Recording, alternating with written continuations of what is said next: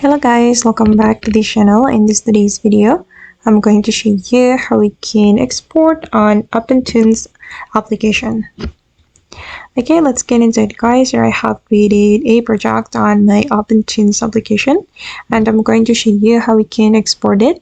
If we want to export our project or export something on OpenToonz, we need to go to the file menu right here and then we're going to select the export. And here we'll have some options guys. Either you want to export current scene, soundtrack, or XDTS, or OpenCell animation, or stop motion image sequence, and then TV Paint GSON file, exit to PDF, or camera track. And for me, I'm just going to try to export the exit to PDF. And here you can choose the location you want to save. And for instance, I'm just going to choose the C folder. Okay, like this. Oops, sorry. Well, I'm just going to leave it like that, guys.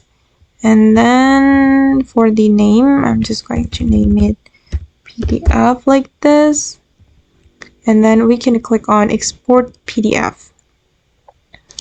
Okay, and then I'm going to open containing folder. Okay guys, and this is the result. Okay, and that's all the way to export on OpenToonz. I hope this tutorial will be useful for you. Thank you so much for watching and bye!